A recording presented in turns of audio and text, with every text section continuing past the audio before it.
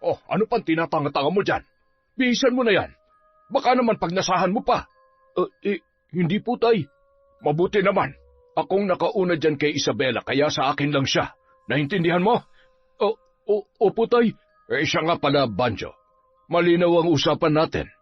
Walang ibang makakaalam tungkol dito. Wala po akong pagsasabihan. Sige na, bihisan mo na siya. Maya-maya lang ay magkakamalay na yan at wala siyang ideya sa nangyari sa kanya.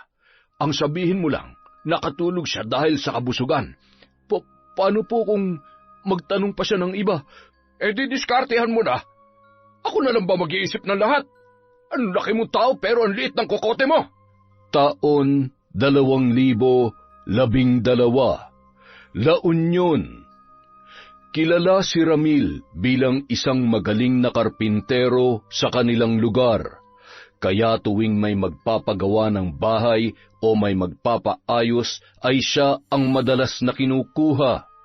Maliit lang ang kanilang sityo kaya halos lahat ng mga taga roon ay kilala niya. Matagal nang ulila sa mga magulang si Ramil dahil magkasunod na namatay ang nanay at tatay niya dala ng malalang sakit. 5 silang magkakapatid at siya ang ikatlo. Ngunit sa kanilang lahat, siya lamang ang hindi nakapangasawa. Masyado kasing pihikan sa babae at mas gusto na lamang niyang magtrabaho ng magtrabaho. Mabait si Ramil. Kahit kailan, hindi siya naging maramot sa kanyang mga kapatid. Malapit siya sa kanilang bunso na si Eddie. Masipag at mabait din yon, pero nagawa pa ring iwan ng asawa. Naiwan ang anak nitong si Isabela na noon ay 15 anyos na. Hindi natanggap ng kanilang bunso ang ginawang pag-iwan ng asawa na umabot sa isang mabigat na desisyon. Natagpuan na lamang nila kinabukasan si Eddie na wala ng buhay, matapos magpatiwakal. Noong nabubuhay pa ang lalaki, palagi yung nagbibiro sa kanya na kapag siya ay nawala sa mundo, si Ramil na lamang daw ang mag-alaga kay Isabela at ituring niya na sariling anak ang pamangkin. Para naman magkaroon siya ng dahilan na magsikap pa sa buhay. Kaya naman mula ng araw na yon, siya na ang kumupkup sa dalagita. Noong una, nahirapan si Ramil dahil wala naman siyang alam sa pagiging magulang, lalo na at babae pa ang kanyang aalagaan. Kaya naman naging istrikto siya sa kanyang pamangkin para maprotektahan yon gaya ng kanyang pangako sa bunsong kapatid. Masunurin si Isabela at iginagalang lahat ng mga desisyon ni Ramil, kaya kalaunan hindi na siya nahirapan pa. May pagkamahiyain at mahinhin lamang ang pamangkin niyang yon. Anak na ang turing niya sa dalagita. Ibinuhos niya ang pagmamahal ng isang ama para hindi nito maramdaman ang kawalan ng magulang. Pagtungtong ni Isabela sa kolehiyo, mas lalo niyang hinigpitan ang dalaga. Tuwing pumapasok sa eskwela, ibinibili niya pa sa isa niya pang pamangkin na si Tantan. Palagi namang magkasama ang dalawa, kaya kahit papaano napapanatag ang kalooban ni Ramil. Ginawa niya yon hindi lang bilang isang ama, kundi bilang kapatid na tumutupad sa pangako na kanyang binitawan. Tay, ano pong ginagawa niyo dyan? Mukhang busy na naman kayo Ginagawa ko tong lamesa para may magamit ka na sa kwarto mo tuwing nagre-review ka. Parang ako nangangalay kapag nagsusulat ka ng nakadapa sa kamay. Naku naman, napaka-sweet naman talaga ng tatay ko. Sus, anong sweet-sweet ang pinagsasasabi mo dyan? Alam mo, ang mabuti pa, ipagtimpla mo na lang ako ng kape. Yun ang gawin mong sweet. Bawal po ang matamis, tay. Baka magka-diabetes kayo. Ay, oo na. Sige na, ikaw nang bahala kung anong timpla ang gusto mo. Minsan na nga lang mag-request, kinokontra pa eh. Kung stricto kayo sa akin, dapat ganun din ako sa mga kinakain nyo para patas lang po tayo. Ay naku, nasermonan pa ako. Ganoon kapayapa ang kanilang buhay. Tunay na ama na ang turing sa kanya ni Isabela, kaya ganun na lamang sila kalapit sa isa't isa. Minsan, nawawala na sa isip niya na magtiyuhin lang talaga sila, na ibibigay naman niya lahat ng pangangailangan ng dalaga sa eskwela at nakapagbibigay pa siya ng sobra. Sa loob ng 5 taon, hindi niya akalain na kakayanin pala niya ang pagiging isang ama. Ngunit minsan, nagkakaroon din sila ni Isabela ng hindi pagkakaunawaan, lalo na kung hindi niya yon pinapayagang lumabas kasama ang mga kaibigan. Marami kasing tambay na madalas nambabastos sa mga kababaihan sa kanilang lugar, kaya ayaw niyang payagang umalis tuwing gabi ang kanyang pamangkin. Kaya lamang madalas din yung nauuwi sa malalang tampuhan. Anak, hindi mo man lang ba ako sasabayang maghapunan? Busog pa po ako. Paano ka naman mabubusog wala ka pa namang kinakain? Wala po akong gana. Ay, ito naman no. Alam ko nagtatampo ka pa rin sa akin dahil hindi kita pinayagang pumunta ron sa sayawan. Matutulog na po ako, Tay. Ay, gusto mo ba talagang makipagsayaw? Nasabi ko na po yan sa inyo kanina pero hindi nyo nga po ako pinayagan, di ba? Pero ayos na po yun. Pambihira naman Matutulog ka talaga ng may sama ng loob sa tatay mo? Hindi naman po sa ganun, Tay. O siya, huwag ka na magtampo. Magbihis ka na. Pero huwag yung masyadong maiksi at halos mahubaran ka na, ha? Talaga po, Tay? Oo nga. Gusto mo ba magbago pang isip ko? Tay naman Biro lang. Sige na. Hihintayin kita sa labas. Sasamahan na lang kita ron nang hindi naman ako mamatay sa pag-aalala sa'yo. Thank you, Tay. The best ka talaga. Sus, the best lang naman ako kapag pinapayagan kita Pero kapag hindi, halos isumpa mo na ako bilang ama mo. Tampo ka lang, Tay, kaya ganyan. Sige na po, tama na drama natin. Magbibihis na ako. Baka mamaya magbago pang isip nyo Sinamahan ni Ramil si Isabela sa sayawan. Hinayaan niyang mag-enjoy ang dalaga pero binantayan niya yon ng mabuti at hindi hinayaang malapitan ng kung sino-sino lang na lalaki. Kahit 20 anyos na ang kanyang itinuturing na anak, ay hindi pa rin yon nararanasan na magkanobyo. May usapan kasi sila na magtatapos muna ng kolehiyo ang dalaga bago makikipagrelasyon at wala naman silang naging problema. Kaya lamang isang araw na puno ng pag-aalala si Ramil nang umuwi si Isabela na inaapoy ng lagnat at puro pantal pa ang buong katawan. Dahil malayo sa ospital ang kanilang bahay, nagpatawag na lamang siya ng kakilalang manggagamot. Kaya lamang wala yun doon ng kanyang puntahan. Hanggang sa inirekomenda sa kanya ng kumpare niya ang isang albularyo. Kaagad niyang pinuntahan ang naturang albularyo. Ibinilin muna niya kay Tantan si Isabela para mapuntahan ang manggagamot na nasa kabilang sityo lamang. Nagpakilala yon bilang si Emong na mas kilala bilang Ka-Emong. Isinama niya ang matanda sa bahay nila para agad na matingnan ang kanyang pamangkin. Kumusta po siya? Medyo bumaba na ang lagnat niya. Ipainom mo na lang itong herbal na ibibigay ko sa iyo. Bukas, mawawala na mga pantal niya sa katawan. Ano po bang nangyari sa kanya? Napaglaruan siya ng duwende kaya siya inapoy ng lagnat. Bantayan mo na lamang na mabuti at ibigay ang mga kailangan niya. Ay, teka, may ibibigay ako para sa pamangkin mo. Kwintas? Oo, palagi mo yang ipasuot sa kanya. Ang amoy ng herbal na nasa loob ng telang yan ang magiging proteksyon niya sa kahit na anong elemento. Panlaban din yan sa mga sakit o karamdaman. Kapag lagi niyang suot ang kwintas na yan, hindi na mauulit pa ang ganitong pangyayari. Nako, maraming salamat po, Ka-Emong. Mabuti na lang po at inirekomenda kayo sa akin ng kumpare ko.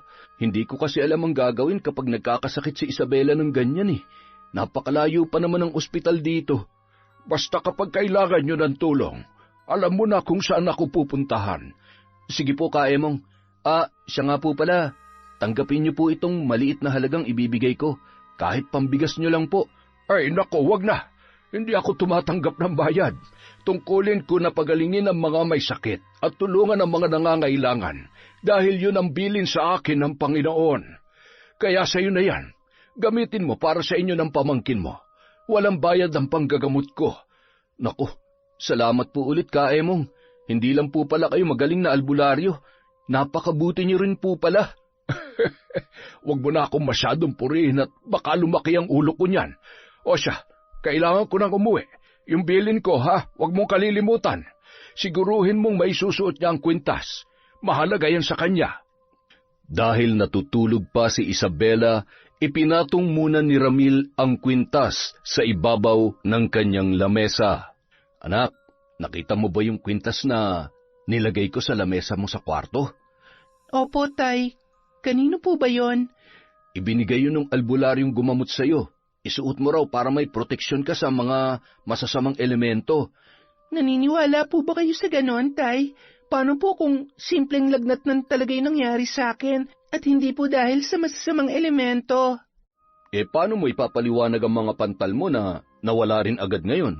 Ewan ko po, pero hindi po talaga ako naniniwala sa albularyong sinasabi niyo eh. Hindi mo naman kailangan maniwala, pero wala namang masama kung mag-iingat, anak. Wala namang mawawala kung isusuot mo yung kwintas. Hindi ka naman ipapahamak nun. Ang pangit po kasi nung kwintas, Tay. Nakakasira ng pormahan. Sus, sino ba naman kasi may sabi sa'yo na gawin mong pamporma yun? Kahit ako, hindi ko irarampa yung ganong klase ng kwintas. Itago mo na lang sa damit mo para hindi halata. O kaya, ibulsa mo na lang. Sige na nga po, isusuot ko na lang para hindi mawala. Pero, Tay ha, hindi ko gusto yung amoy nun, parang amoy pabango ng matanda. Alam mo ikaw, wala talagang preno yung bibig mo. Pasalamat ka, wala rito yung matanda. Kung hindi, baka kinulam ka na nun. Tay, paano kung halimbawa may mangkulam o mambarang sa akin, ano pong gagawin nyo? Maghahanap ako ng pinakamabagsik na mambabarang para ibalik ang sumpa sa taong yun. Bah, hindi ko yata hahayaang tubuan ng bukol-bukol yung balat mo, anak. Kaya mahal-mahal na mga sabong binibili ko para sa'yo tapos dudungisan lang nila. Nako, hindi pwede sa akin yun. Mahal talaga ha, perla lang kaya yun. Masaya si Isabela dahil napakaswerte niya sa taong tumatayong ama para sa kanya.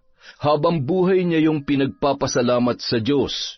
Nawala man ang kanyang mga magulang, hindi naman niya naramdaman na mag-isa na lamang siya dahil kahit tatay lang ang meron siya sa katauhan ni Ramil, ni minsan ay hindi niya naramdaman na may kulang sa kanyang buhay.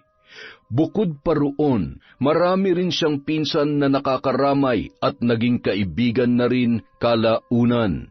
Mababait ang mga kamag-anak ng tatay niya na taga-roon din lang sa sityo, kaya para na rin siyang nagkaroon ng maraming magulang at mga kapatid.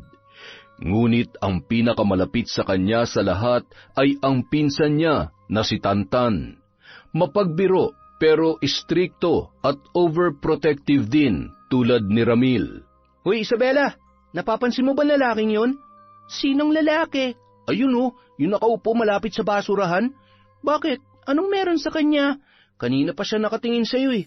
Baka mamaya may binabalak ng masama yan. Pitikin ko kaya yung balot niyan. Anong balot? Tingnan mo to. Naturingan din Lister pero loading lang lagi ang utak. Ano ba kasing ibig mong sabihin? Common sense na lang, Isabela. Ano ba yung balot? Yung mismong balot, ha? Itlog ng itik. Bastos mo. Sus, late na yung galit mo. Bagal mo magets eh. O siya, tama na yung usapang balot. Balik tayo sa topic. Nakikita mo naman siguro yung pangit na tinuro ko, di ba? Pagmasdan mo para makita mong sa'yo talaga nakatingin. Titig pa lang mukhang hindi nagagawa na mabuti. Alam mo, ang OA mo, tumingin lang naman eh. Malay mo, nagagandahan lang siya sa akin. Di wow, patingin nga na mukha, insan. Baka kasi lumalabo ng mata ko kaya hindi ko makita kung nasan yung ganda eh. Alam mo, visit ka talaga sa buhay ko. Ayaw mo pang aminin na maganda talaga ako. Nasa dugo natin yan, no? Kung ako, wala naman duda. Gwapo talaga. Pero ikaw, medyo pumali yata ng Konti yung pagkakahulma sa iyo eh. Ang kapal mo talaga ha. Sige hindi na kita ililibre. To naman di na mabiro. Pero sino ba yung lalaking yon? Anong year na kaya siya? Bakit gusto mo makilala? Wag na, Isabela. Baka mamaya, pinagpaplanuhan ka lang pala niyan. Ibiniling ka pa naman sa akin ni Tito Ramil. Mayayari ako dun. Wala naman akong sinasabi na kikilalanin ko. Na-curious lang naman ako eh.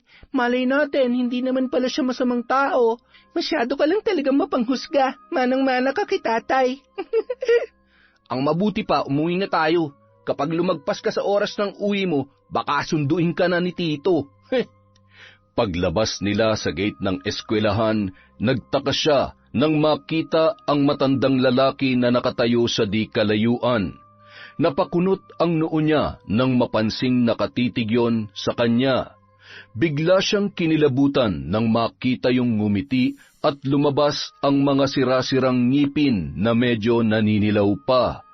Ngunit maya-maya lamang, napatitig siya sa bawat pagbuka ng bibig ng matanda hanggang sa namalayan na lamang niya ang sarili na naglalakad patungo sa pwesto kung saan niya yon nakita.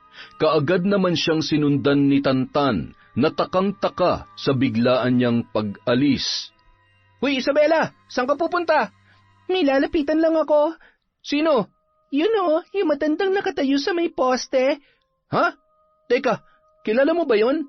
Oo, siya yung albularyong kumamot sa akin nung nagkasakit ako. Pasasalamatan ko lang. Ha? Akala ko ba hindi ka naniniwala sa Kaemong? Ano pong ginagawa niyo rito? Hinihintay ko lang ang anak ko. May pinuntahan kasi ako kanina para gamutin, kaya dumaan na rin ako rito para sabay na kaming umuwi. Kumusta ka na nga pala, Iha? Hindi ka na ba nagkakasakit? Hindi na po. Salamat po sa tulong ninyo. Ay nako, wala yun. Siya nga pala, hindi mo pa ba nakikilala ang anak ko? Ano po bang pangalan niya, tsaka anong year na po siya? Baka sakaling makasalubong namin ni Tantan. Second year pa lamang siya, pero mas matanda siya sa'yo. Huminto siya sa pag-aaral, kaya nauhuli na siya ngayon. Pareho po pala sila nitong pinsan ko. Siya nga po pala si Tantan, pinsan at best friend ko po. Magandang hapon po. May nakalimutan po siyang sabihin. Best friend na pogi po, Kaemong. Mahangin ka rin pala. Mukhang palagi kang nakabuntot dito sa pinsan mo Bodyguard ka ba niya? Palabiro po pala kayo. Bodyguard nga po ako ng pinsan ko, kaya kung nasan siya, nandun din ako. Kailangan ko kasi siyang ilayo sa mga masasamang loob. Mukhang hindi naman lapitin ang masasamang loob ang pinsan mo, kaya hindi mo siya kailangang paghigpitan. Mawalang galang na po pero si Tito Ramil po ang may karapatan sa bagay na yan. Desisyon niya kung paghihigpitan niya sa Isabela o hindi, dahil siya naman ang tumatayong ama.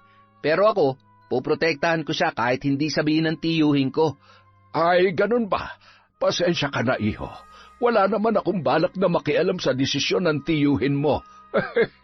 Natutuwa lang talaga ako sa kanya. Napakaganda niya kasing bata. Napakakinis pa. Mukhang alagang-alaga ng amahamahan niya. Nandyan na pala ang anak ko. Banjo, halika. Tay. Iha, siya ang anak ko. Siya po pala ang anak niyo. Kanina pa namin siya nakikita Talaga? Bakit hindi niyo kaibiganin ang isa't isa? Sigurado kung magkakasundo kayo. Nasa iisang eskwelahan lang naman kayo, kaya palagi niyo makikita ang isa't isa. Isabela, kailangan na nating umuwi. Kaemong, pasensya na po Kailangan na po kasi naming umuwi. Baka nag-aalala na po si tatay Banjo, tutuloy na kami. Sige, mag-iingat kayo. Hindi maunawaan ni Isabela kung bakit tila nagbago ang pakikitungo niya sa matandang albularyo. Noong una, hindi naman talaga siya naniniwala sa mga sinasabi ni Emong dahil mas naniniwala siya sa kakayahan ng mga doktor. Ngunit nung mga sandaling yun, tila may kung anong nagtulak sa kanya na lapitan ang matanda at pakitunguhan ng mabuti. Naging magaan din ang loob niya sa anak noon na si Banjo. Hindi ko gusto ang lalaking yon. Magiging sagabal siya sa plano natin, Banjo. Mukhang mahihirapan tayo sa kanya, tay. Mahigpit magbantay eh. Kaya nga galingan mo. Kaibiganin mo kung kinakailangan para mailayo mo kay Isabela. At kapag nagawa mo na yon, si Isabela naman ang kailangan mong maging kaibigan. Bakit po ba si Isabela pa napili niyo? Isa siyang birhen. Unang tingin ko pa lamang ay nagustuhan ko na agad siya. Maganda siya, mabango, at higit sa lahat, makinis. Parang ang sarap pisil-pisilin ng mga... Tay, hindi niyo na naman napipigilan ang pantasya niyo. Baka nakakalimutan niyo marami nakakakita sa inyo rito. Ay sige na, halika na. Buti pa umuwi na tayo, bago pa ako makapanghablot ng ibang babae rito. Basta tandaan mo ang biling ko sa'yo. Gawin mo lahat para madala mo sa akin si Isabela. Siya lang at hindi kung sino-sinong babae, naintindihan mo? Opo, tay. Kapag nagawa mo yon, bibigyan kita ng 100. 100 lang, tay? Marami po kaming babayaran sa... Matanda ka na, Banjo. Kung tutuusin, kaya mo na magbanat ng buto. Nakikita mo namang matanda na ako tapos sa akin mo pa iaasa ang lahat. Kung tinatanggap niyo lang sana ang mga ibinabayad sa inyo, may panggasto sana tayo. Kinu-question mo ba ang desisyon ko? Hindi naman po sa ganun, tay. Kung wala kang magandang sasabihin, itika mo na lang yung bibig mo para hindi ako nabubwisit sa'yo. Napabuntong hininga na lamang si Banjo sa inasal ng kanyang ama.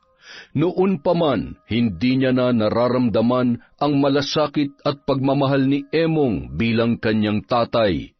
Sa loob ng maraming taon, mas itinuring pa siyang utusan ng sariling ama kesa ituring na anak. Ngunit imbis na magreklamo, nakuntento na lamang siya sa kaya nitong gawin para sa kanya. Noon pa man, problema na ni Banjo ang pagiging mahilig ni Emong sa mga babae. Gusto nun ang magaganda at mga halos kaedad niya lamang para gawing parausan. Walang ibang nakakaalam ng gawaing yon ng matanda kung hindi siya lamang. Siya rin ang ginagawang kasangkapan sa makamundong plano ng kanyang ama sa mga babaeng natitipuhan. Malas lamang ni Isabela dahil isa siya sa mga natipuhan ng tatay ni Banjo. Samantala, hanggang sa makauwi ay lukot pa rin ang muka ni Tantan dahil sa naging pakikitungo sa kanya ng matandang albularyo. Hindi rin nakaligtas sa kanya ang malalagkit na tingin ni Emong sa kanyang pinsan. Kaya naman nang ihatid niya si Isabela ay kaagad niyang ikinuwento kay Ramil ang tungkol doon. Pero bago pa man niya madagdagan ang mga sasabihin ay itinaboy na siya ng dalaga. Bakit naman pinaalis mo kaagad si Tantan? Inimbita mo na sanang maghapunan dito ang pinsan mo. Hayaan mo siya, tay. Kanina pa kaya ako naiinis sa kanya. Nako, may bago pa ba sa inyong dalawa? Kulang na nga lang magsuntukan kayo ng pinsan mong yun eh. Sa isang linggo yata, walang araw na hindi kayo nag-aaway. Paano kasi, tay? Napaka-OA niya kanina. Pinakilala lang naman sa akin ni Kaemong yung anak niya. Ano ka mo? Nakilala mo yung anak ni Kaemong? Pinakilala po kasi sa akin kanina eh. Paglabas namin ng gate, nakita ko agad ron si Kaemong. Inaabangan niya raw ang anak niya. Alam niyo, tay, nung una, natakot ako sa kanya. Kanino? Kay Banjo?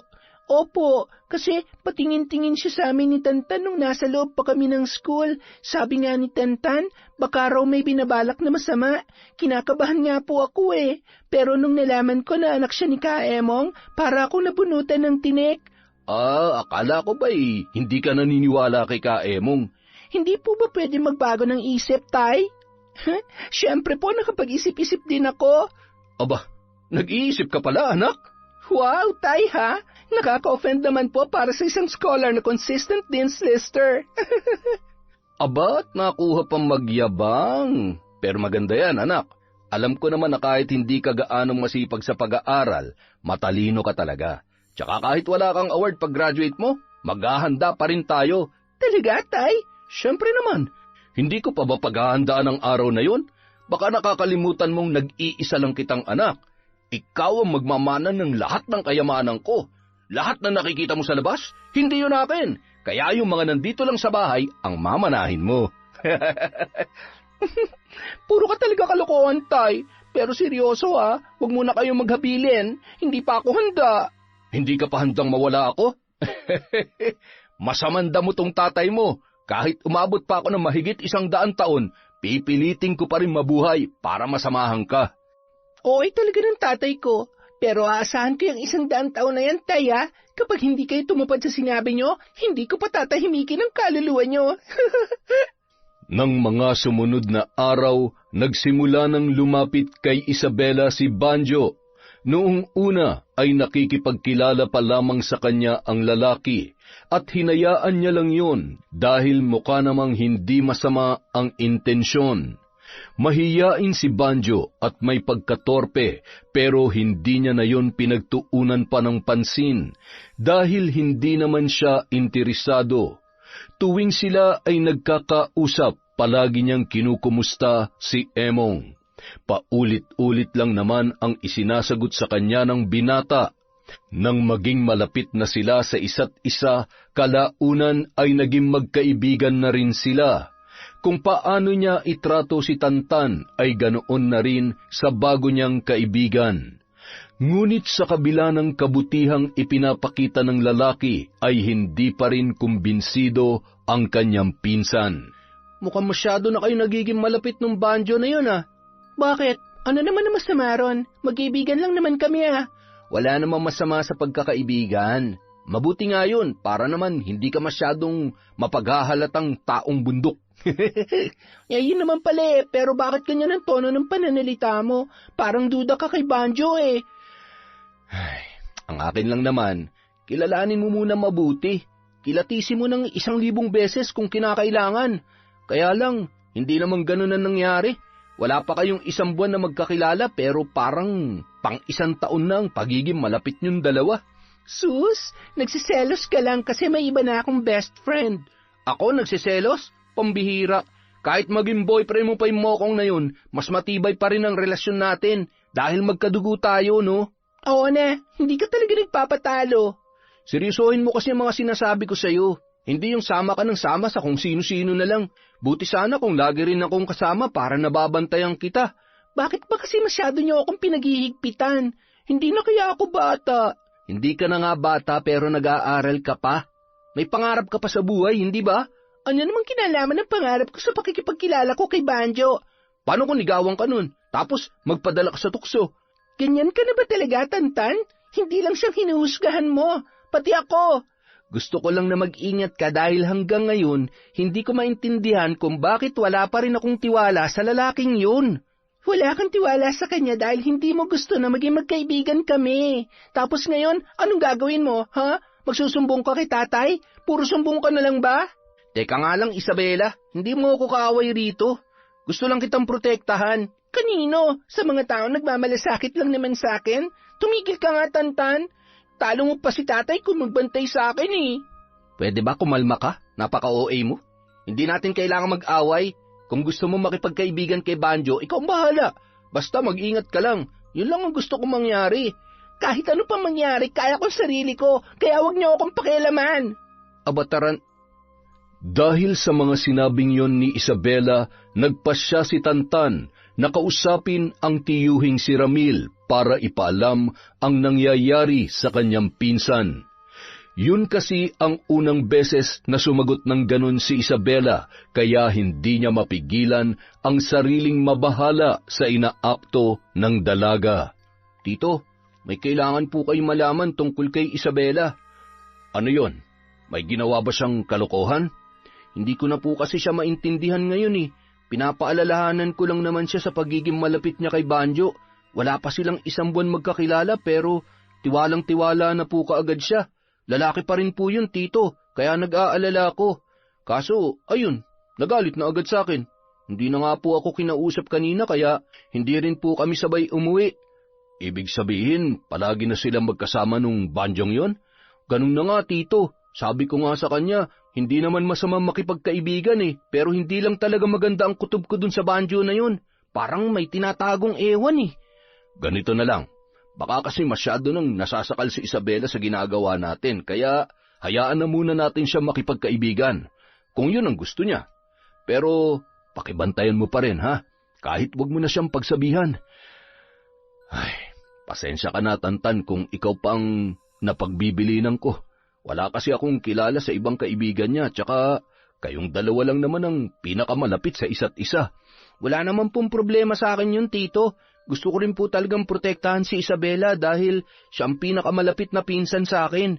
Kulang na nga lang po, magkapalit na kami ng mukha nun eh. Kaya baka hindi ko kayanin kapag may nangyaring masama sa kanya dahil lang napabayaan ko siya. Ngunit lingid sa kaalaman ng magtiyuhin, kahit anong higpit na pagbabantay ang kanilang gawin, nagagawan ni Isabela ng paraan ang pagtakas para sumama kay Banjo. Tila tuluyan na siyang nadala ng kabutihang ipinapakita sa kanya ng lalaki, kaya lahat ng sinasabi nito ay sinusunod niya. Hanggang sa umabot na ang dalaga sa puntong lumiliban na sa klase para lamang malaya silang makapamasyal ng lalaking yun. Wala siyang kaalam-alam sa nagbabantang panganib sa kanyang buhay dahil sa taong pinili niyang pakisamahan.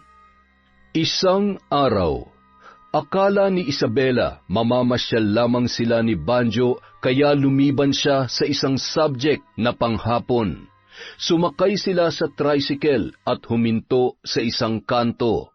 Walang dumaraang sasakyan doon dahil may pagkaliblib ang lugar.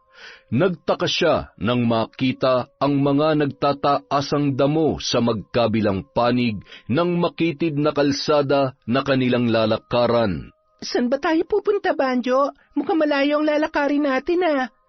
Sa bahay namin, gusto ko raw kasi makita ni tatay. Birthday niya ngayon eh. Talaga? Bakit di mo agad sinabi kanina? Nakabili man lang sana ako ng kahit na ano para sa kanya. Ayos lang naman kahit wala kang dala. Ikaw lang naman ang gusto niya. Ha? Ang ibig kong sabihin, natutuwa siya sa'yo.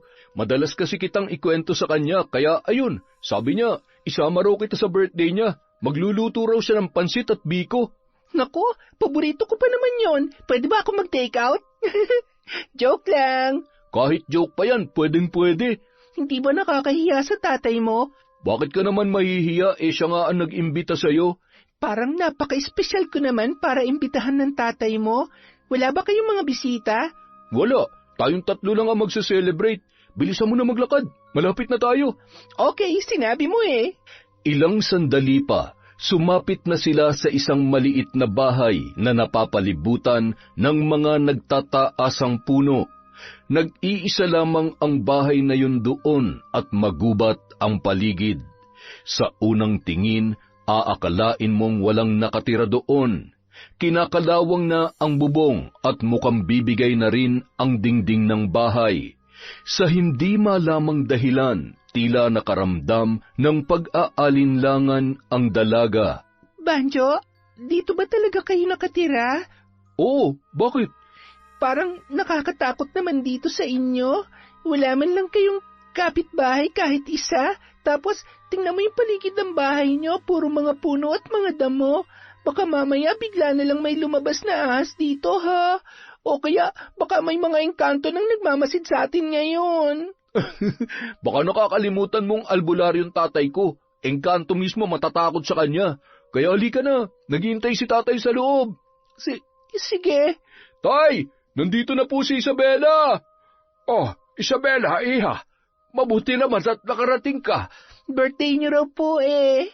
Naku, tay, ayaw na ayaw pa naman yan sumama kanina. Nag-alangan pa nung makita ang mansyon natin. Natakot yata. Uy, ano ka ba? Bakit mo sinabi yun? Nakakahiya naman sa tatay mo.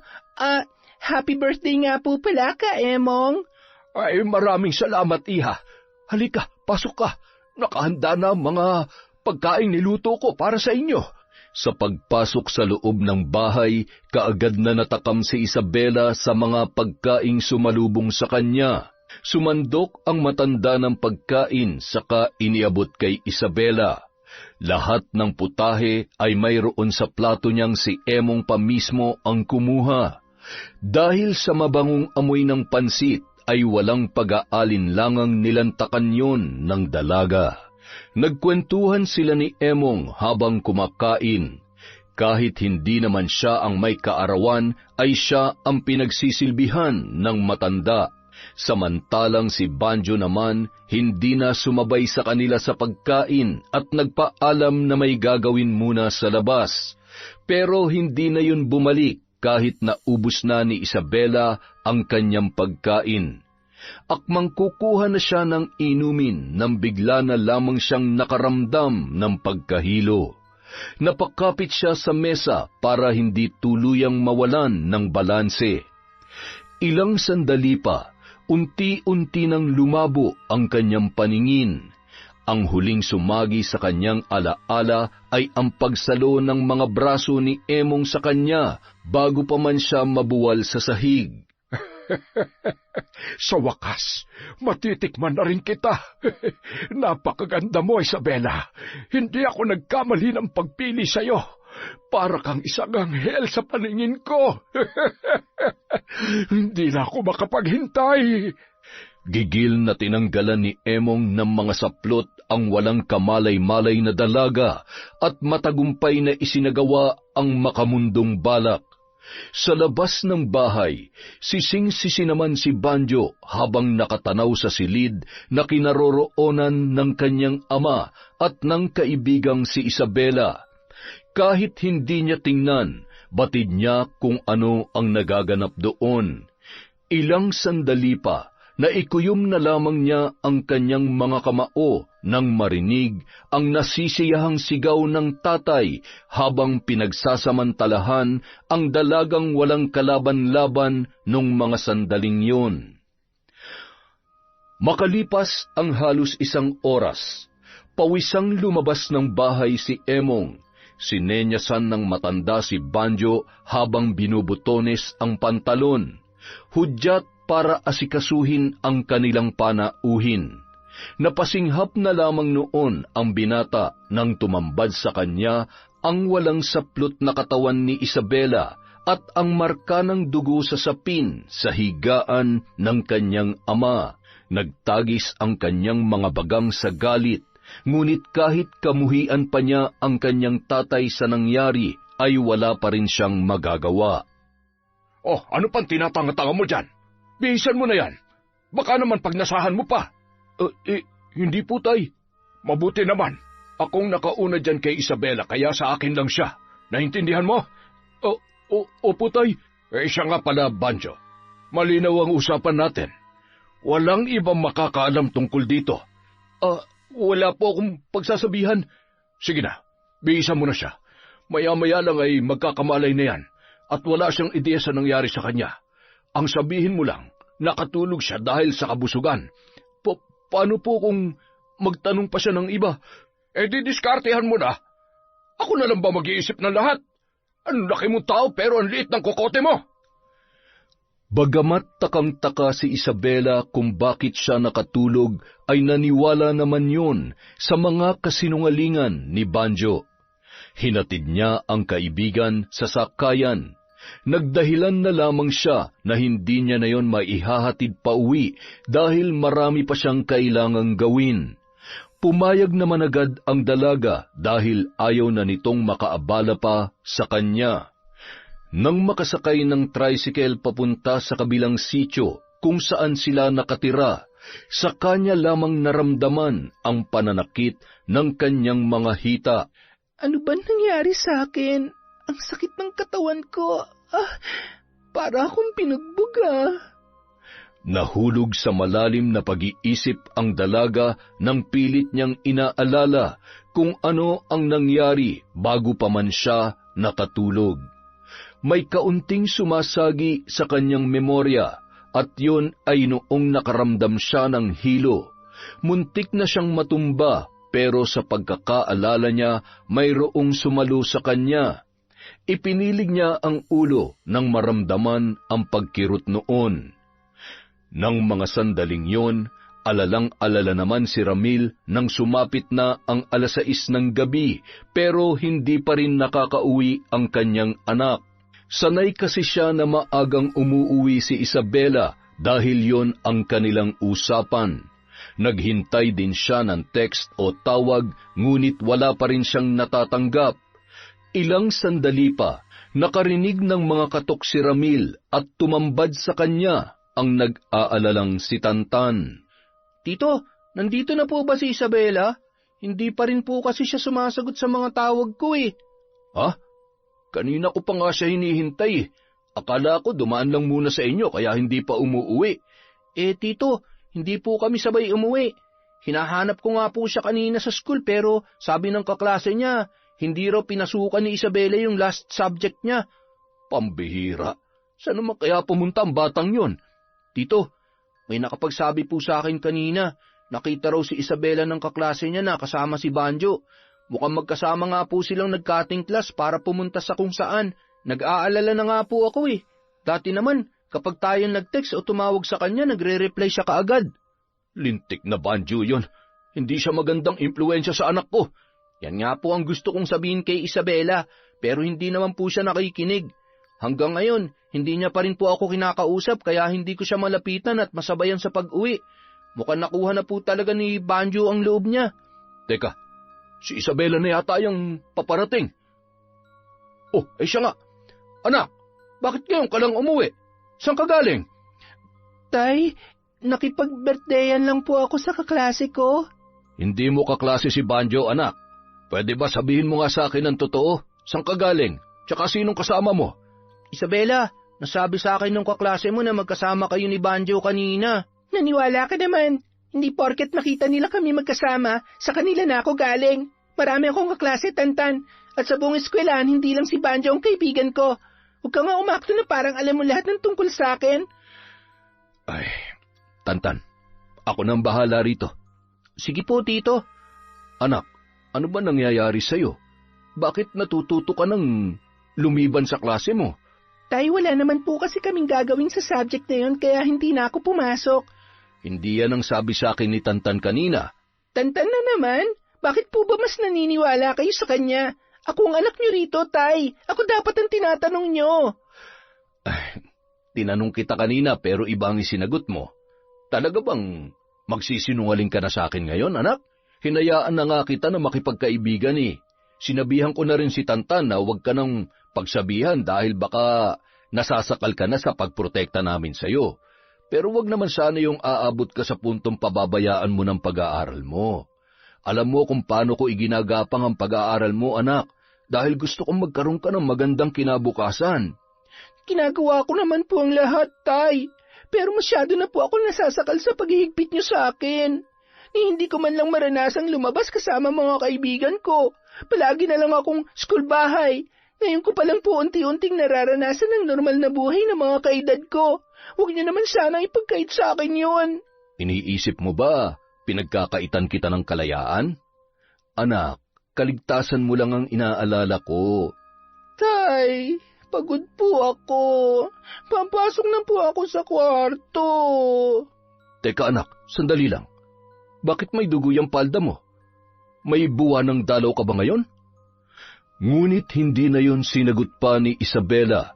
Diretsyong pumasok ang dalaga sa kwarto at nagkulong na lamang doon. Napabuntong hininga na lamang si Ramil sa ginawang yon ng kanyang anak-anakan.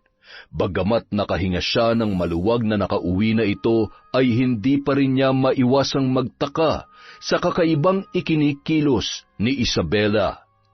Hindi yon ang unang beses na nagkasagutan sina Ramil at Isabela. May mga pagkakataong pabalang na kung sumagot ang dalaga at nawawalan na ng galang sa kanyang ama. Dumagdag pa ang mga obserbasyon ni Tantan kaya lalo siyang nabahala para sa itinuturing niyang anak. Hanggang isang gabi, inabot na ng 10:00 ang paghihintay ni Ramil sa kanyang anak-anakan. Nang dumating yun, napansin niya ang tila panghihina at pananamlay ng dalaga. Isabela, anak, saan ka galing? Bakit ginabi ka na naman ng uwi? Hindi ko alam. Ano? Paanong hindi mo alam? Hindi ko nga po alam, Tay. Bakit ba ang kulit niyo?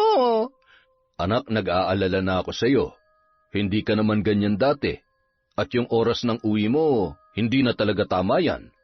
Paano kung mapahama ka sa labas? Ni hindi ka man lang nagte-text o tumatawag. Kapag inulit mo pa yan, baka mamatay na lang ako sa pag-aalala sa iyo.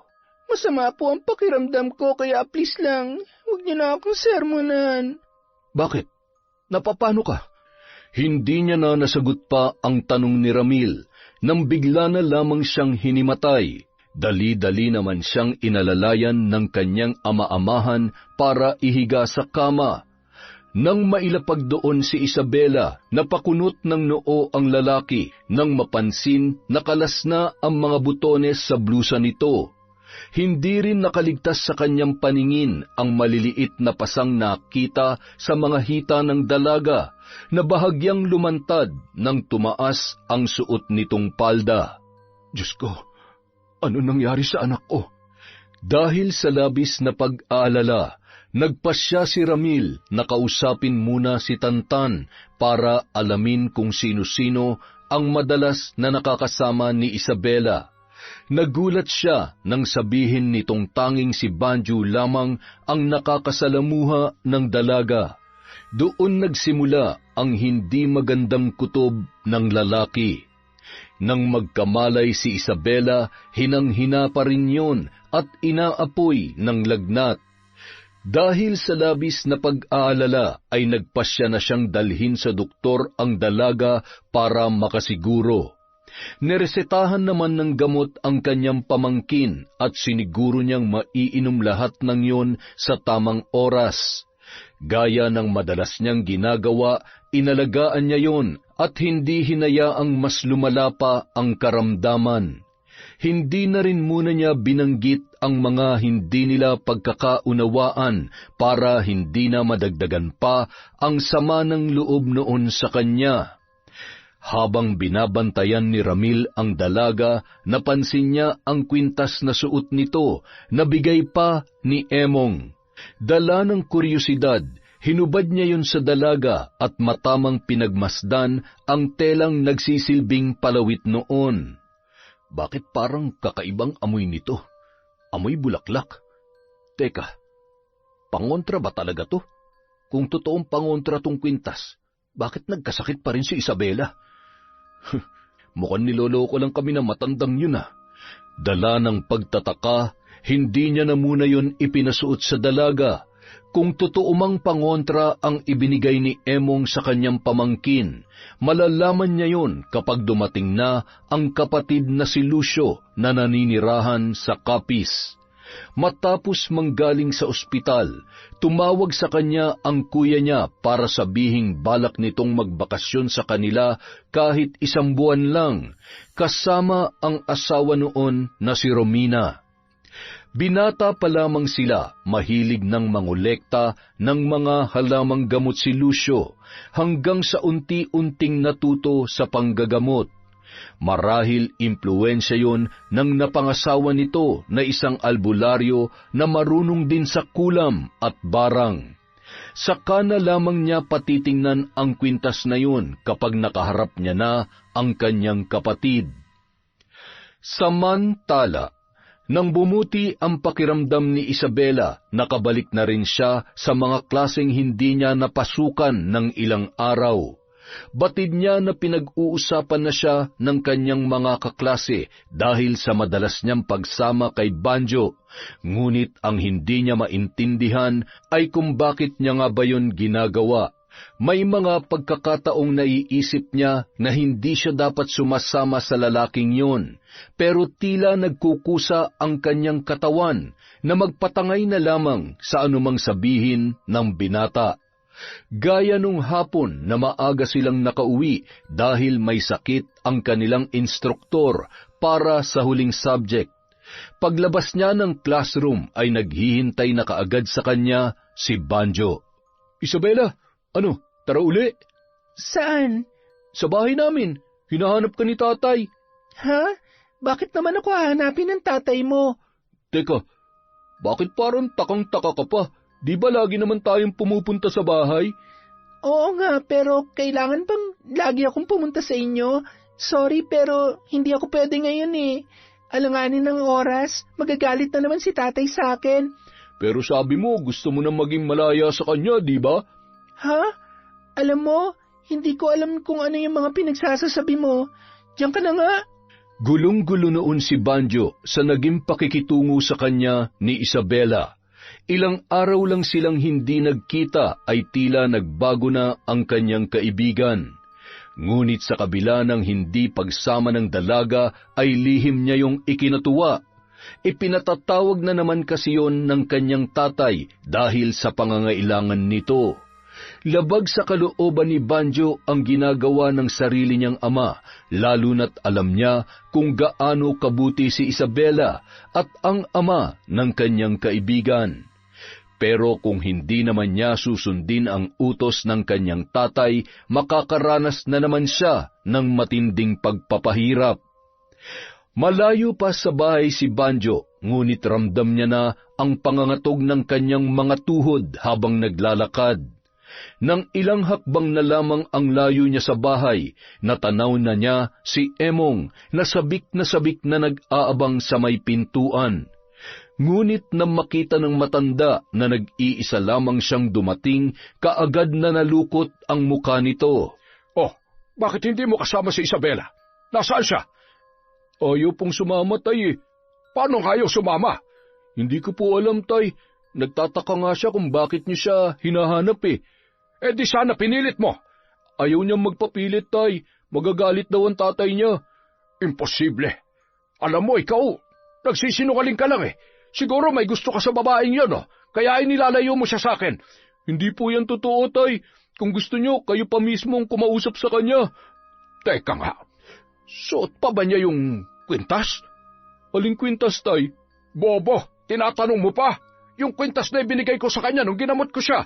Wala naman po ako nakitang kwintas na suot-suot niya kanina, tay. Nalintikan na, kaya naman pala eh. Teka, ibigay mo to sa kanya bukas. Sabihin mo isuot niya ang kwintas para magkaroon siya ng proteksyon. Kapag hindi niya tinanggap, gawan mo ng paraan na mapunta sa kanya ang kwintas at siguruhin mong maaamoy niya nakalagay sa pulang tela. Naintindihan mo? Dahil sa kanyang narinig, muling nagngit-ngit ang kalooban ni Banjo. Ayaw niya nang gawin yon dahil mapapahamak na naman ang kanyang kaibigan. Ngunit mas nanaig sa kanya ang takot sa maaaring gawin ni Mang Emong. Noong huling beses kasi na sumuway siya sa kanyang ama, buong maghapon siyang ibiniting patiwarik, habang pinagagapangan ng mga higad ang kanyang katawan. Napabuntong hininga na lamang si Banjo habang pinagmamasdan ang kwintas na kailangan niyang maipasuot kay Isabela.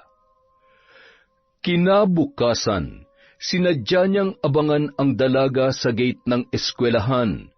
Alam kasi niya na maagang pumapasok si Isabela, kaya sinamantala niya ang pagkakataong yun para gawin ang iniuutos ng kanyang ama. Kinuha niya ang kwintas mula sa dalang bag, ngunit nang makita niyang kasama ng kaibigan niya si Tantan, ay muli na namang nabahag ang kanyang buntot. Isabela, pwede ba tayong mag-usap? Tungkol saan ba? Importante ba yan? Nagmamadali kasi kami eh. Ano na naman bang kailangan mo, Banjo? Gusto ko lang naman makausap si Isabela. Parang iniiwasan niya na kasi ako eh. Ay, bobo. Malamang, iiwasan ka na talaga ng pinsan ko. Napapahamak na siya ng dahil sa iyo eh. Nagkasakit na nga eh. Pero nagpakita ka ba nung may sakit siya? Hindi naman, di ba? Kaya buti pa, huwag ka nang makalapit-lapit pa kay Isabela, kundi may kalalagyan ka sa akin. Tantan, huwag ka na makipag-away dyan. Halika na. Magsisimula na yung klase ko. Dahil bigong maibigay ang kwintas kay Isabela, nagdalawang isip nang umuwi si Banjo sa takot na maparusahan muli ng kanyang ama. Ngunit dahil wala naman siyang mapagpipilian, napilitan na lamang siyang umuwi para sabihin ang totoo. Nang makarating sa bahay, hindi nga siya nagkamali ng iniisip. Nang gabing yun, iginapos siya ni Emong sa isang may kalakihang puno at sinabihang mananatili siya roon sa loob ng 2 araw. Walang pagkain, walang inumin. Kinabukasan, nagtaka naman si Tantan nang hindi na silayan sa eskwelahan ang makulit na kaibigan ni Isabela. Himala hindi nagpakita yung manliligaw mong makulit. Anong manliligaw? Magkaibigan lang kami ni Banjo. Tsaka hindi pa kami ganun ka-close para magpaligaw ako sa kanya. Wow! Ikaw ba talaga yan? Bakit parang gulat na gulat ka sa mga sinasabi ko nitong nakaraan? Naninibago lang kasi ako sa iyo eh. Nung nakaraan lang, grabe kung ipagtanggol mo si Banjo. Sinabihan mo pa si Tito na gusto mong makatikim ng kalayaan. Sinabi ko yon?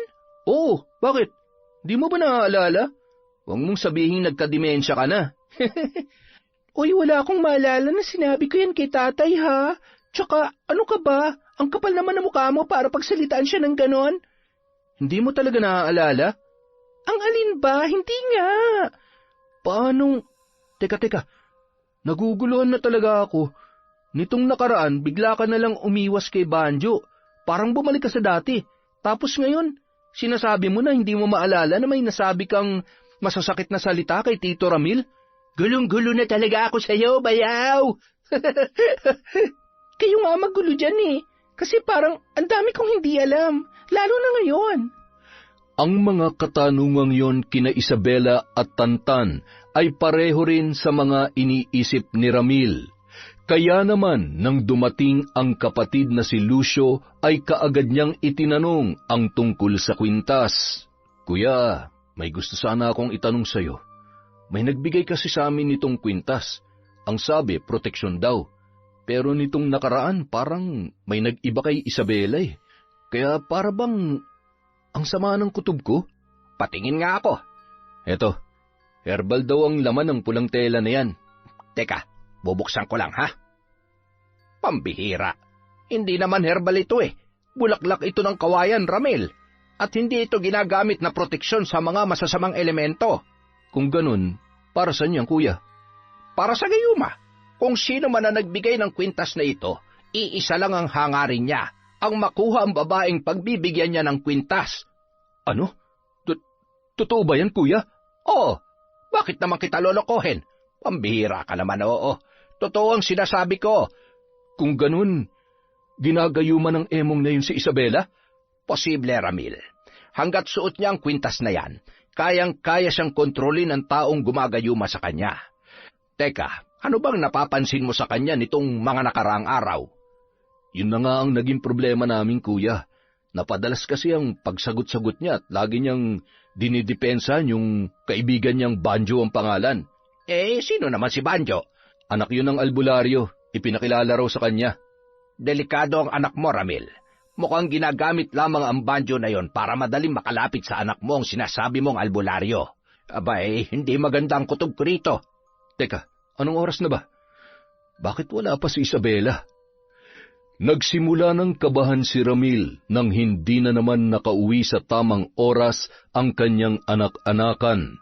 Sinubukan niyang tawagan ng dalaga, ngunit napagtanto niyang hindi pala yun nagdala ng cellphone. Ilang sandali pa, humahangos na dumating si Tantan. Tito! Tito! Oh, Tantan, ano nangyari? Bakit may pasayang mukha mo? Napaaway po ako, Tito. Si Banjo po ang gumawa nito sa akin. Si Isabela po, kailangan niyo po siyang puntahan.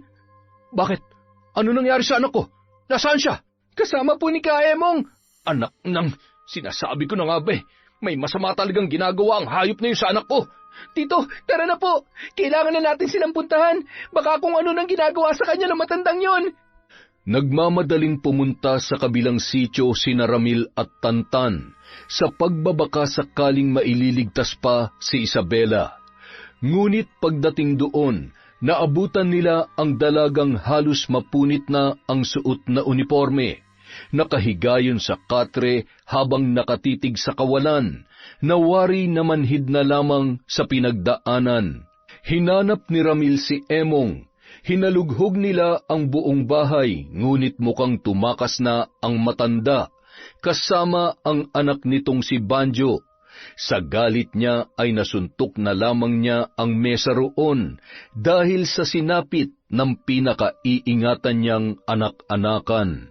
Sa itsura pa lamang, kumpirmado ng ginahasa ng matandang albularyo si Isabela. Bukod pa roon, mukhang sinaktan pa noon ang dalaga para sa pilitang maisagawa ang masamang balak. Hindi nakaligtas sa kanyang paningin ang mga pasa sa braso at mga galos na marahil ay tinamunang dalaga dahil sa panlalaban sa matanda. Halos maiyak si Ramil sa galit at hindi matingnan ang kanyang anak-anakan dahil sa nangyari. Nang makauwi sa bahay, doon niya na tuluyang ibinuhos ang galit na nararamdaman. Halos magwala na siya habang iniisip ang pinagdaanan ni Isabela sa mga kamay ng albularyong si Emong. Ramil, walang mangyayari kung magpapadala ka lamang sa galit. Sigurado ko nagtatago ng hayop na yun, kuya. Alam niyang matutuntun natin siya kaya umalis siya sa bahay na yun. Tarantadong yun. Binaboy niyang anak ko. Hayop! Kapag nakita ko matandang yun, ako mismo papatay sa kanya. Naiintindihan ko ang galit na nararamdaman mo ngayon. Kung akong nasa katayuan mo, baka mas malala pa dyan ang reaksyon ko sa nangyari. Pero sa ngayon, kapag nagpadala ka sa galit, ikaw ang talo. At mas lalo magdiriwang ang Emong na tinutukoy mo. Kailangan niya managot sa ginawa niya. Dapat siya mabulok sa kulungan. Pero hindi yung mangyayari kung nagtatago pa rin siya ngayon at hindi natin alam kung saan na siya nagpunta. Kailangan niyo ba ng tulong? Kaya kong palabasin sa pinagtataguan niya ang albularyong tinutukoy ninyo. Talaga? Paano? Kapag pinahirapan ko siya, siya na mismong gagawa ng paraan para hanapin ako. At magagamit niyo ang pagkakataong iyon para siya yulihin. Paano mo gagawin yun, Romina? Sa pamamagitan ng isang mabagsik na sumpa, babarangin ko ang matandang yon. Ipaparanas ko sa kanya ang pinakamasakit na mararanasan niya sa tanang buhay niya. Kapag nangyari yun, siya mismong gagawa ng paraan para matuntun ako at hihingi siya ng tawad sa kanyang nagawa sa inyo. Kahit lumuhod pa siya sa harapan ko at lumuha ng dugo, hindi ko siya mapapatawad. Dinala ni Ramil sa ospital si Isabela at doon niya nakumpirmang ginahasa nga ang kanyang anak-anakan. Ayon sa doktor, hindi yun ang unang beses na may nangyari sa dalaga. Dahil doon, inireport niya yon sa pulisya para mas mapadali ang paghahanap kina Emong at Banjo. Hindi yun naging madali sa kanila dahil wala ni isang kaanak si Emong sa lugar na yun. Mukhang dayo lang daw ang mag-ama, kaya mahirap yun matuntun. Napakahayop ng matandang yun. Hindi na siya naawa sa anak ko. Wala siyang kalaban-laban, kuya. Mananagot siya, Ramil. Sisiguruhin natin yon. Kasalanan ko to eh. Kung hindi sana ako nagtiwala sa matandang yun, hindi sana mapapahamak si Isabela. Ako nagpahamak sa kanya, kuya. Wala kang kasalanan sa nangyari. Hindi ito ang tamang oras para sisihin mo ang sarili mo. Ginawa mo naman ang lahat para protektahan siya, hindi ba? Ngayon, magagawa mo namang ipaghiganti ang nangyari sa kanya kung titibayan mo lamang ang loob mo. Kuya, gawin niyo lahat na makakaya niyo para pagdusahan ng hayop na yun ang ginawa niya kay Isabela. Dahil sa matinding trauma, ilang araw nang hindi nakakausap ni Ramil ang dalaga. Mabuti na lamang at naroon si Romina, kaya may tumutulong sa kanya sa pag-aasikaso sa kanyang anak-anakan. Kailangan niya kasi ng babae para mabihisan si Isabela dahil hindi pwedeng siya ang gumawa noon. Ayaw niya nang dagdagan pa ang takot na nararamdaman ng dalaga. Samantala, nakahinga naman ng maluwag si Emong nang marating ang bahay na kanilang lilipatan. Pagmamay-ari yon ng isa sa mga ginamit niya noon. Kubo-kubo lamang yon at napakaliit pa. 2 tao lamang ang kasya sa loob, ngunit dahil wala nang mapagpilian, magtitiis na lamang sila roon kesa mahuli ng mga alagad ng batas. Malayo ang bukid na yon sa pinanggalingan nilang sityo kahit nasa iisang barangay pa rin sila ni Ramil. Sinabihan ko naman po kayo, tay, na pigilan yung sarili nyo pero hindi kayo nakinig sa akin. Tingnan nyo tuloy ang nangyari. Pinaghahanap na tayo ng mga pulis. Ngayon mo pa talaga ako sisisihin? Nagawa na rin natin to noon, ah. Hindi pa ba kayo natuto sa nangyari noon? Inulit nyo pa talaga ngayon. Hindi ko naman kasi maintindihan kung bakit hindi mawala-wala sa inyo pagkamahilig nyo sa... Hoy! Itiko mo yung bibig mo kung ayaw mong tahiin ko yan. Wala ka ng respeto sa akin, ah. Ako pa rin ang ama mo kaya sundin mong lahat ng sasabihin ko. Ganyan naman lagi kayo eh. Kapag nasa ganitong sitwasyon, dun ko lang kayo nagiging ama.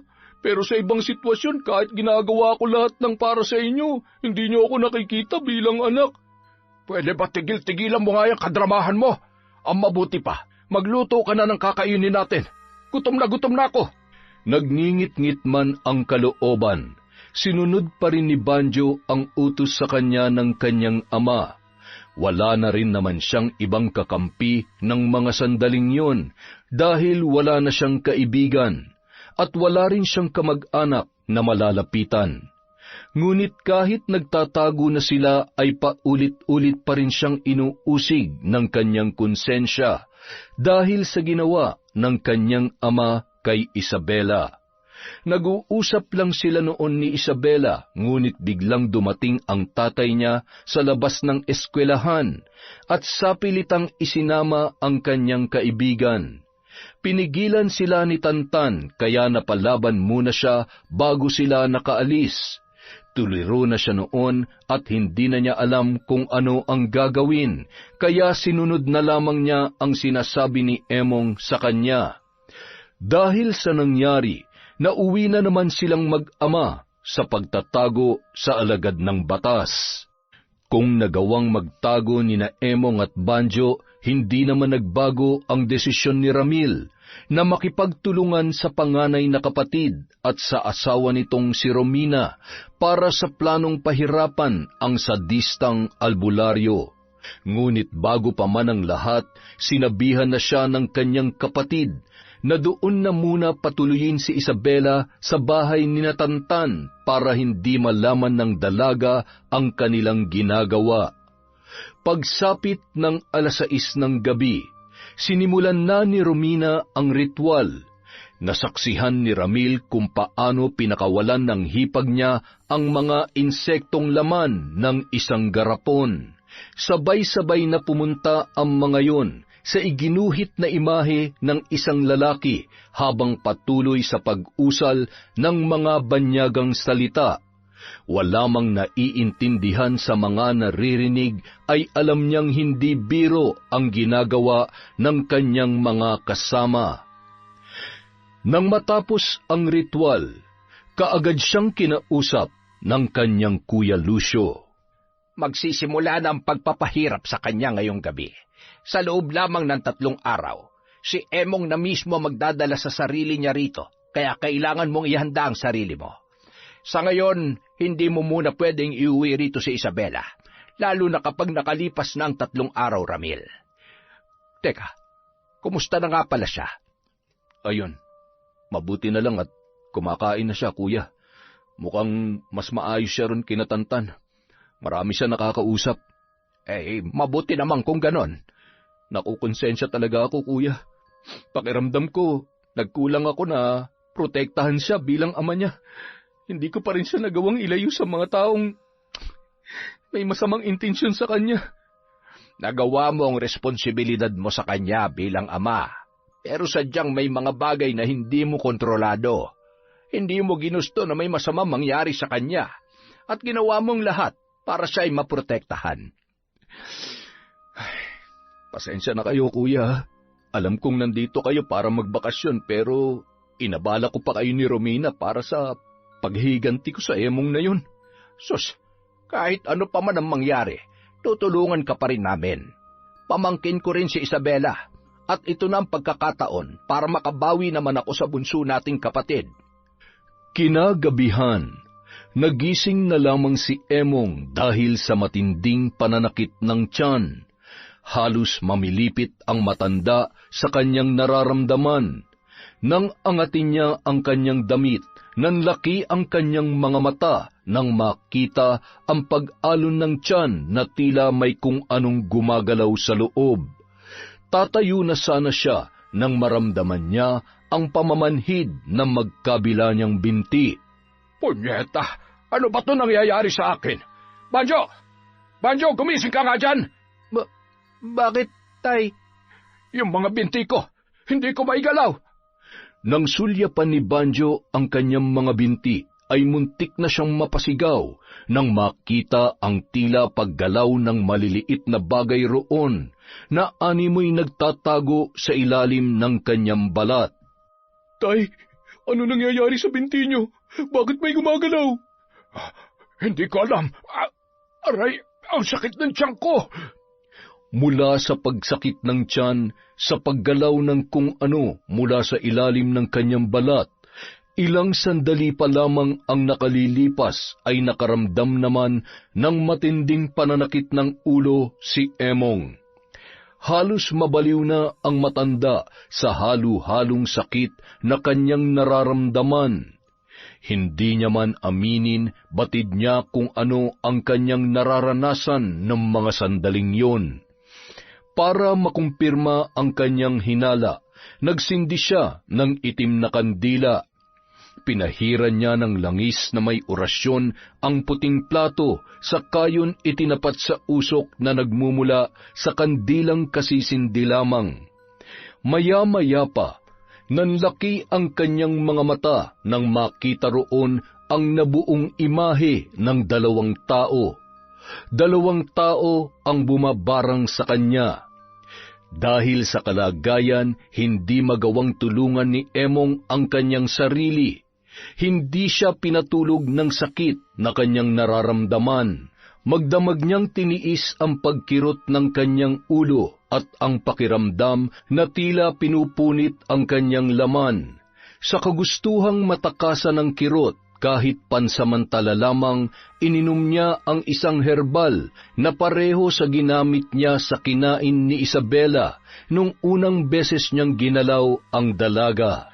Ito na lang ang paraan para matakasan ko ang pagpapahirap nila sa akin kahit sandali lang.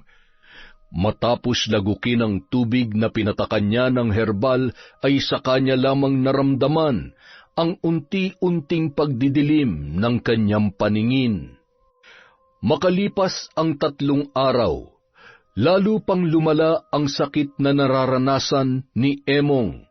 Nagkaroon ng malalaking bukol ang buo niyang katawan, pati na rin ang kanyang muka. Tuwing pumuputok ang mga bukol na yon ay naglalabasan ang maliliit na uod mula doon. Ngunit ang pinaka nagpahirap sa kanya ay ang pananakit ng maselang parte ng kanyang katawan. At nang tingnan niya yon, napasigaw siya nang makitang namamaga at halos mabulok na. Naglabasan na rin ang maliliit na uod sa pagitan ng kanyang mga hita na naging dahilan para hilingin na lamang niya ang kanyang kamatayan. Kinagabihan, ginising ni Emong ang anak na si Banjo nang hindi na matiis ang hirap na kanyang pinagdaraanan. Banjo! Banjo, gising! Tay, bakit? May sumasakit na naman ba sa inyo? Hindi ko na kaya. Hirap na ako sa kalagayan ko. Ano po bang pwede kong gawin, Tay? Kung gusto nyo, maghahanap ako ng albularyong titingin sa inyo. Hindi. Maghanap ka ng masasakyan tricycle ngayon din. Oh, saan po tayo pupunta? Sa taong gumagawa nito sa akin. Po? Alam nyo kung sino may kagagawan yan sa inyo? Baka nakakalimutan mong isa rin akong albularyo. Aray ko! Kung ganoon, wala po bang paraan para pagalingin yung sarili nyo? Masyadong malakas ang kapangyarihan ng mambabarang na gumagawa nito sa akin. Kapag nilabanan ko yon, maaari kong ikamatay. Dahil sa mga narinig, sinunod na lamang ni Emong ang mga sinabi ng kanyang ama. Naghanap siya ng tricycle na namamasada pa nung mga oras na yun at nagpahatid sa sitio kung saan nakatira sina Isabela. Hindi na siya naggulat nang malamang doon din sila pupunta. Ngunit habang inaalalayan ng kanyang ama papalapit sa bahay ng kaibigan, hindi niya maiwasang makaramdam ng kaba. Nandito na sila. Tayo na sa labas. Dala ng matinding sakit na nararamdaman, kusa nang bumigay ang mga tuhod ni Emong. Bumagsak siya sa lupa at sumubsob doon ang sugatan niyang muka. Maya-maya narinig na niya ang mga paparating na yabag. At nang mag-angat siya ng tingin, tumambad sa kanya ang matatalim na titig ng isang babae't lalaki na hindi pamilyar sa kanya. Ngunit nang lumabas mula sa likuran ng mga ito si Ramil, sa kanya lamang naunawaan kung ano ang nangyayari. "Napakahayop mo, Emong. Pinagsamantalahan mong anak ko." Patawarin mo ko, Ramil. Inaamin ko. Ginahasa ako si Isabela dahil munang kita ko pa lamang sa kanya ay natipuhan ko na siya. Akala ko magagawa niya rin ako magustuhan kapag ginamitan ko siya ng gayuma. Pero tuwing nawawala ang bisa, bumabalik pa rin siya sa inyo. Kaya ba pinwersa mo na lang siya? Napakababoy mo, matanda ka. Pananagutan mong ginawa mo sa kanya. Yang paghihirap na nararanasan mo ngayon, patikim pa lang yan ng impyernong pagdadalhan ko sa iyong hayop ka. Sa kabila ng kalagayan, isinuko nila sa mga pulis sina Emong at Banjo. Inamin naman ng mag-ama ang nagawang kasalanan. Para hindi na matakasan pa ang pagkakakulong, ay binawi na ni Romina at Lucio ang sumpang ipinaranas sa matandang albularyo.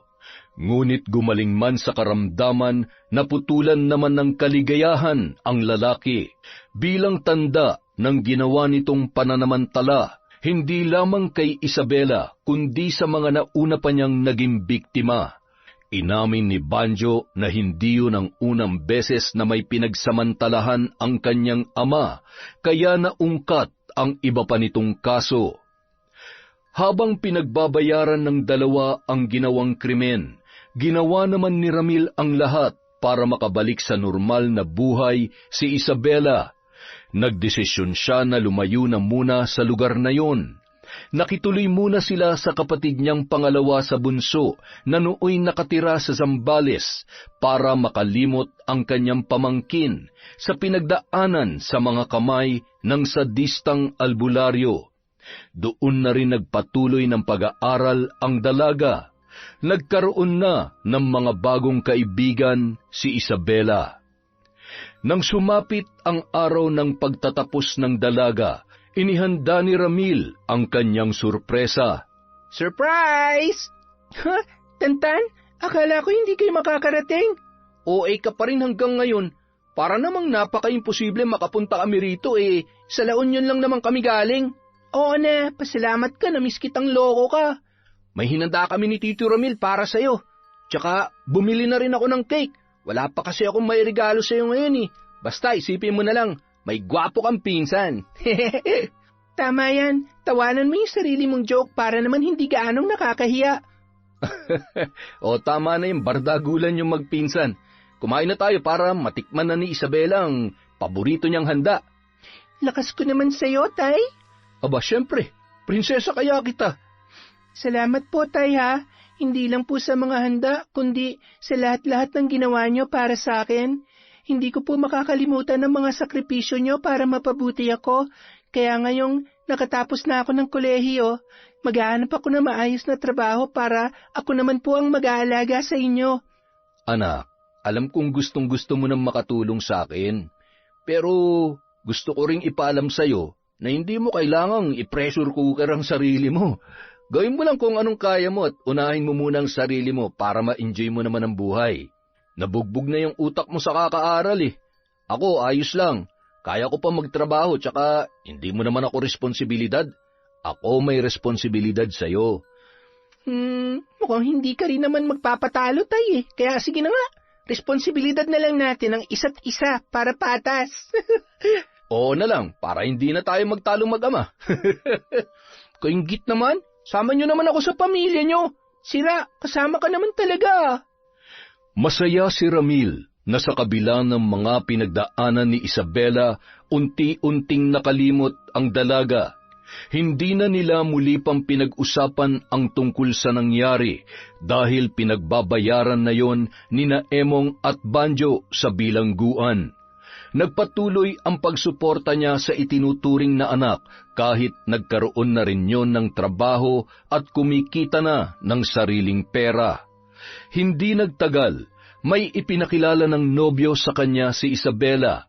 ngunit sa pagkakataong yon, ibinigay na niya ang buong tiwala sa dalaga. Hindi na siya nakialam pa at tinanggap na lamang ang lalaking napupusuan nito. Makalipas ang 3 taon, nagpasya ng magpakasal si Isabela at ang kanyang nobyo. Kusa namang ibinigay ni Ramil ang kanyang basbas, ngunit kahit matatanda na at kaya ng magdesisyon para sa sariling buhay, hindi pa rin niya iniwanan ang kanyang anak-anakan. Siniguro niyang naroon pa rin siya sa bawat ganap sa buhay ni Isabela.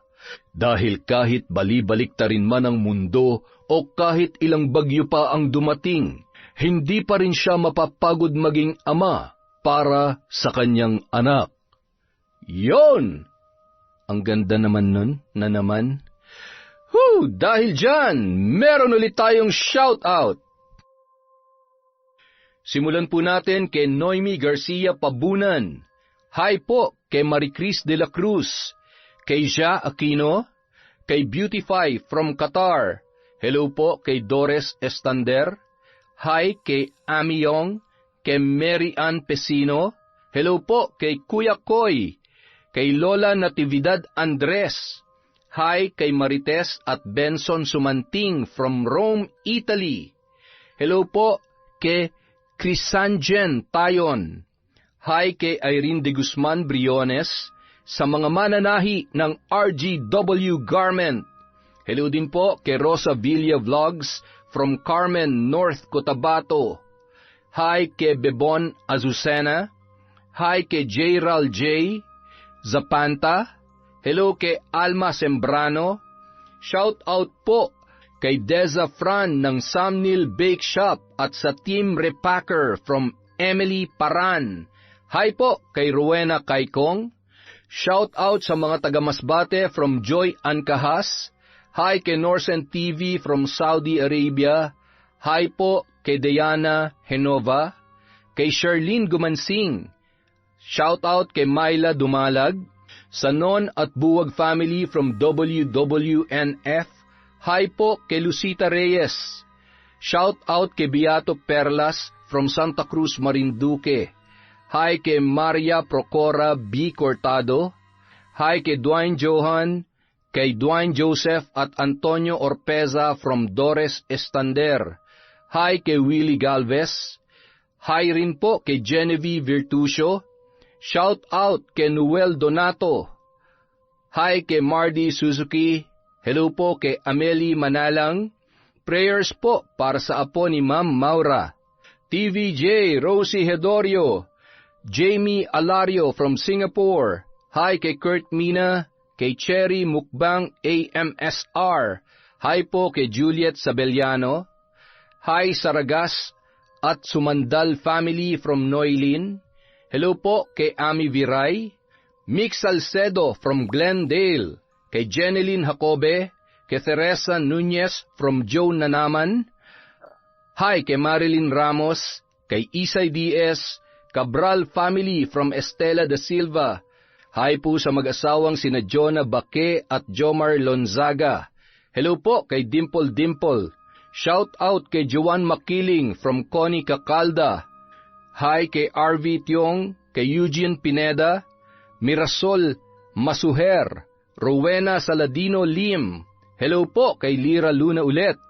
Hi kay Jerlyn Batal, Jenaline Rodrigo, Kalampag Vlog. Mabuhay po kayo.